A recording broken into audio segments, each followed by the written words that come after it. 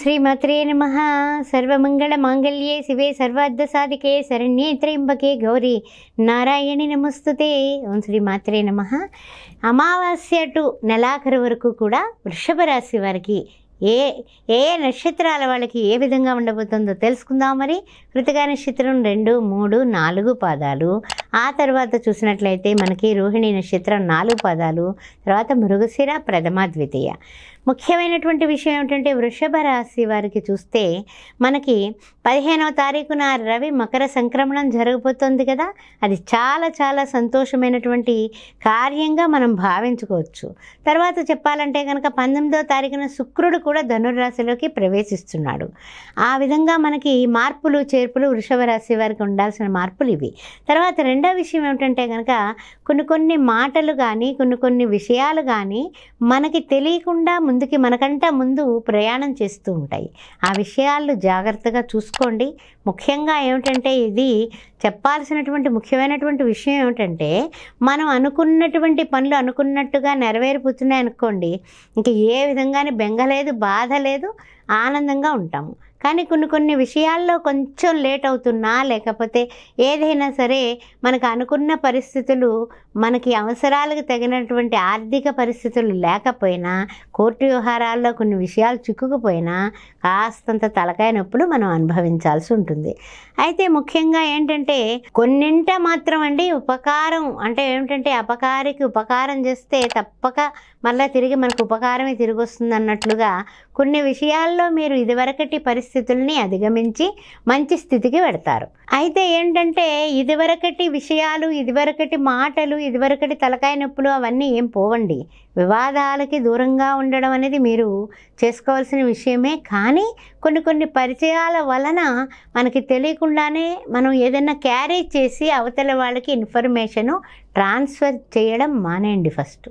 ఎందుకు అంటే కనుక అది మరలా మీకు వివాదాలకి దారితీసి తర్వాత మీ కీర్తి ప్రతిష్టలకి భంగం కలిగించే కార్యక్రమం అవుతుంది. అందుకని కాస్తంత బంధుమిత్రులు మనకు కనపడ్డారు కదా అని బోల్డ్గా మాట్లాడాక కాస్త గుట్టుగా ఉండడం అనేది మీకు చెప్పదగిన సూచన. తర్వాత ఇంకొక విషయం చెప్పాలంటే కనుక కొంచెం ప్రతి నిమిషం కూడానండి బాగా గుర్తుపెట్టుకోండి, మీరు అనుకోని పరిస్థితులు ఎదురైనా యాదృచ్ఛికంగా మీరు చేయాల్సినటువంటి పనికి అవతల వాళ్ళు స్పందన లేకపోయినా మీరు కోపగించుకోవడం కానీ చిరాకు పట్టడం కానీ చేయబాకండి. ఏ విధంగా ఉండాలంటే కనుక ప్రతి నిమిషంలోని కూడా శీతోష్ణ సమదుఖేషు అన్నట్టుగా బ్యాలెన్స్డ్ మైండ్ మీరు మెయింటైన్ చేస్తే మీకు అన్ని విధాల ఉపయుక్తంగా ఉంటుందండి. తర్వాత ఏంటంటే కనుక కొంచెం చిన్న విషయాల్లో మనకి తెలియకుండా నష్టాలు కలగడం, ఆ యొక్క ప్రమాదాలు కలగడం, దాని వలన కొంచెం ఇబ్బందులు పడటం గతంలో చూస్తూ వచ్చాం. అయితే వాటిని అధిగమించాలంటే మనము ఆరోగ్యరీత్యా ఆ తర్వాత టైము అనేది మెయింటైన్ చేయటం, చక్కగా వేళకి సమయానికి ఏదైనా ఔషధ సేవన ఉంటే వేసుకోవడం, ఆ తర్వాత భోజనం వేళకి భోంచేయడం, ఎక్కడ ఏ పని మీద వెళ్ళినా కూడా కోపం టెన్షన్ తీసుకోకుండా ఉండడం, ఇవన్నీ కూడా మినిమం మన చేతిలో రిమోట్ కంట్రోల్ ఉంది, ఆ కంట్రోల్లో ఉన్నటువంటి విషయాలు. ఈ విషయాలు మనందరికీ తెలుసు, గుర్తు చేసుకోండి.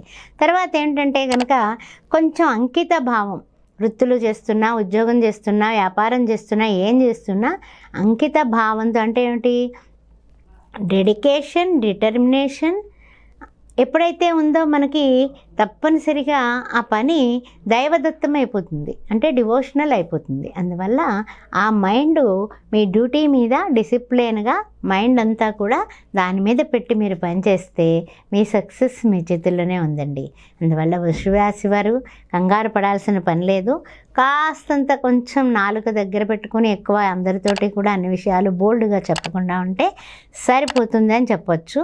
అయితే ఏంటంటే కొన్ని విషయాల్లో అంటే మనకి తెలియకుండానేనండి కొన్ని విషయాలు మనం మంచి చేసినటువంటి విషయాలు ఉంటాయి కదా, అవి చూస్తే కనుక తప్పనిసరిగా మనకి ఉపకారం చేసిన వాళ్ళు అది మర్చిపోకుండా ఈ నెలాఖరస్తుల్లోకి మనకి వాళ్ళు మేలు చేసేటటువంటి వైనం ఉంది. వివాహాది శుభకార్యాల విషయంలో పాజిటివ్ రిజల్ట్ వస్తుంది.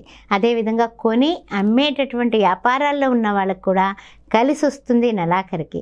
అదేవిధంగా చూసినట్లయితే కనుక వాడలు బళ్ళు వాడలు అవుతాయంటూ ఉంటారు కదా, అలాగా ఈ యొక్క మాసంలో మనకి నెలాఖరు వస్తుల్లోకి అంటే అమావాస్య నుంచి నెలాఖరు వరకు చెప్పుకుంటున్నాం కాబట్టి వస్తుల్లోకి మనకి జరిగేది ఏంటంటే కనుక ఉన్న స్థితి నుంచి ఉన్నత స్థితికి ఎదుగుతారు వృషభ రాశి వారు. అందువల్ల మీరు ఏ విషయంలోని కూడా మీరు బెంగ పెట్టుకోవాల్సిన అవసరం లేదు. కానీ ముఖ్యమైనటువంటి విషయం ఏమిటంటే గణపతి ఆరాధన చేయండి.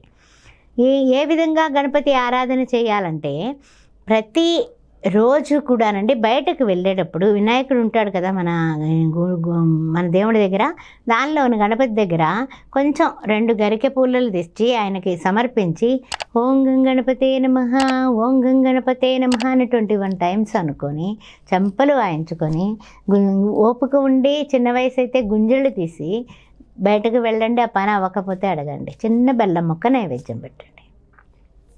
చాలా సింపుల్ అండి. బుధవారం పూట గరికతో గణపతికి చక్కగా అర్చన చేయించుకోండి. గుడికి వెళ్ళి అర్చన చేయించుకోండి, ఇంట్లో కూడా మీరు చేసుకోండి. అలా చేసుకుంటూ బుధవారం పూట పేదవాళ్ళకి కనీసం 2కైనా సరే అన్నదానం చేస్తే అన్ని విధాలా మీకు యోగదాయకంగా ఉంటుంది. గణపతి అష్టకాలు, గణపతి యొక్క అష్టోత్తర నామాలు యథావిధిగా రోజు శక్తానుసారం చదువుకుంటూ ఉండండి. తిరుగులేనటువంటి మంచి అభివృద్ధిని మీరు పొందుతారు. అన్ని విధాలా కూడా ఎక్కడికి పెడుతున్నా ఓం గం గణపతే నమః అనే మంత్రాన్ని మీరు విడిచిపెట్టకుండా ఉంటే మీకు అన్ని పనులు కూడా చక్కగా జరుగుతాయి. ఓం గం గణపతే నమః.